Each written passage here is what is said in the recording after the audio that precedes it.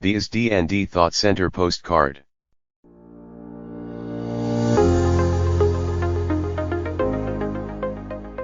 The article Moody replacing his persona from a firebrand Kartikeya to a peace-loving Vishnu is written by Agha Iqrar Haroon, who is a senior journalist at Development Observer. He is also chief editor of D&D News Agency. Listen his article now. One of the most promising news that came from South Asia last month was military-level talks between arch-rivals India and Pakistan for re-establishing normalcy at their conflict zone, the line of control between India and Pakistan at Indian-occupied Kashmir Valley. The statement issued on February 25 indicated that the Directors General of Military Operations of Pakistan and India held discussions over the established mechanism of hotline contact. The two sides reviewed the situation along the line of control and all other sectors in a free, frank, and cordial atmosphere. In the interest of achieving mutually beneficial and sustainable peace, the two DGMOs agreed to address each other's core issues/concerns which have the propensity to disturb the peace and lead to violence. Both sides agreed for strict observance of all agreements, understandings, and cease firing along the LOC and all other sectors with effect from midnight 25 February 21, concluded the statement issued by the military spokesman of both the countries. This statement came after 4 years of consecutive and constant violations of international norms by the Indian Army, with over 5,000 reported border violations during the last 4 years. This statement also came after 2 years when the Indian Air Force violated international borders and tried to do an airstrike inside Pakistan at Jabba Balakot, a town of the province of Khyber Pakhtunkhwa. On February 26, 2019, India violated Pakistani airspace and conducted an airstrike inside Pakistan. On February 27, India again tried to violate Pakistani airspace, and this time Pakistan Air Force swiftly responded and shot down 2 Indian fighter jets and captured an Indian pilot wing commander Abhinandan Varthaman. Since Indian Prime Minister Narendra Damodar Das Modi came in power first time in 2014, the Indian Army kept Pakistan engaged at borders, but the situation became volatile a year before the 2019 Indian elections, and the civilian population of Kashmir had been under the target of Indian medium to long-range bombardment. Pakistan had been offering peace and normalization at borders, but all such initiatives of Pakistan met further aggressive responses of the Indian government in past.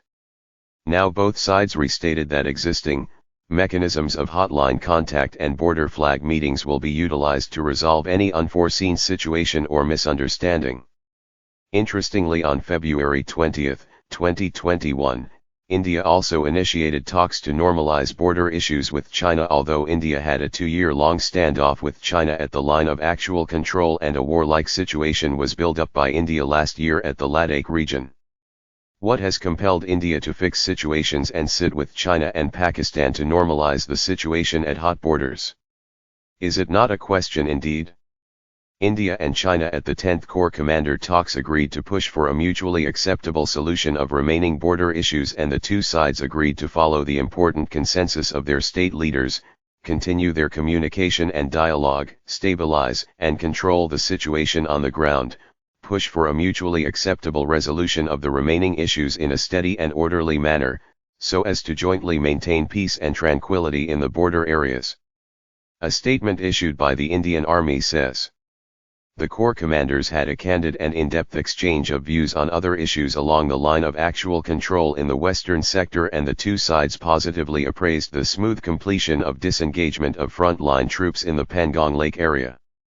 Indian Army faced 8 months of humiliation at line of actual control and lost over 100+ soldiers and officers, including 2 brigadier generals, several colonels, captains and junior officers. Is it true that after a humiliating withdrawal from LAC, the hawkish attitude of India is fading out? There can be several reasons for a new phase of Indian negotiations with Pakistan and China. Such reasons may include the following factors. India realizes that it cannot achieve its target at LOC and line of actual control.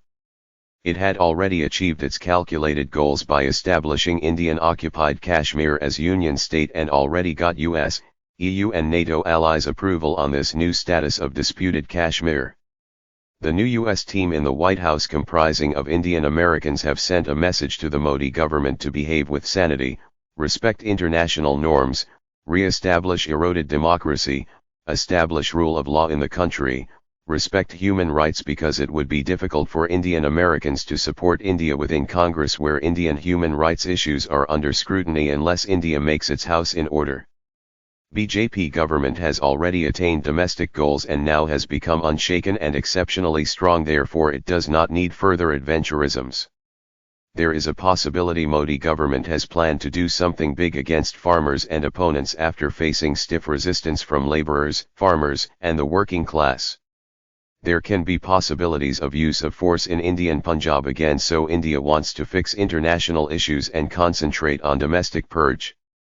In his book The Politics of Risking Peace, Do Hawks and Doves Deliver the Olive Branch? Kenneth A. Schultz says that sometimes domestic demands design foreign policies of some governments, particularly if the government is engaged in domestic political competition with an opposition party that had been in power before and is known to have friendly relations towards neighboring countries with a history of wars. BJP government has always been hawkish with neighboring countries including Nepal, Bangladesh, China, and Pakistan, and such policy favored BJP in domestic politics. Fortunately, nuclear-loaded South Asia averted several misadventures perpetuated by the Modi Shadoval Troika due to sane responses from neighboring China, Bangladesh, Nepal, and Pakistan to prevent and avert any designed war by Indian hawks. Indian army, corporate media, and BJP politicians had been busy to firebrand actions at Line of Actual Control, Line of Control, LOC, and India-Nepal border, but failed to get results of waging short-terms and controlled wars planned by the Modi Shadoval Troika. A larger number of former Indian diplomats and military experts openly express their viewpoints, stating that the Indian decision to normalize neighboring borders indicates that despite possessing overwhelming military superiority over Pakistan, India has failed to coerce Islamabad with the threat of force. While China's military supremacy over India is too big and India cannot sustain a policy of coercion towards China, because successful coercion must have factors that include relative menace, credibility, consistency, and the cumulative factor. So one can say that in adventurism, India might achieve to complicate the Kashmir issue but has lost the credibility that the Indian threat is credible and it will remain consistent in its demands and assurances. The cumulative factor transcends individual scenarios, affecting India's reputation and influencing future adversaries to either resist or acquiesce. Regional experts believe that it is now clear that India's hawkish policy was short-term, isolated reactions that undermine its perceived reputation for coercion. Although military force is the most responsive and visible instrument of power possessed by any country, using threats for marginal interests inevitably leads to fighting conflicts over those same marginal interests. If an issue is not worth fighting a war, we must not threaten force in the first place. The hawkish boldness of Modi was also a kind of diplomacy but failed miserably. In the world of diplomacy, Henry Kissinger observes, a loaded gun is more potent than a legal brief or even speech. Trading peace with neighbors is another kind of diplomacy that Modi has decided to opt for after facing failures in the hawkish mode of diplomacy. I remember the famous phrase of Israeli politician and Prime Minister Yitzhak Rabin, who said in 1993 that peace is not made with friends, peace is made with enemies. I believe that phase of the warrior diplomacy of India is receding now, and Indian Prime Minister Modi will replace his persona from a firebrand Kartikeya to a peace-loving Vishnu.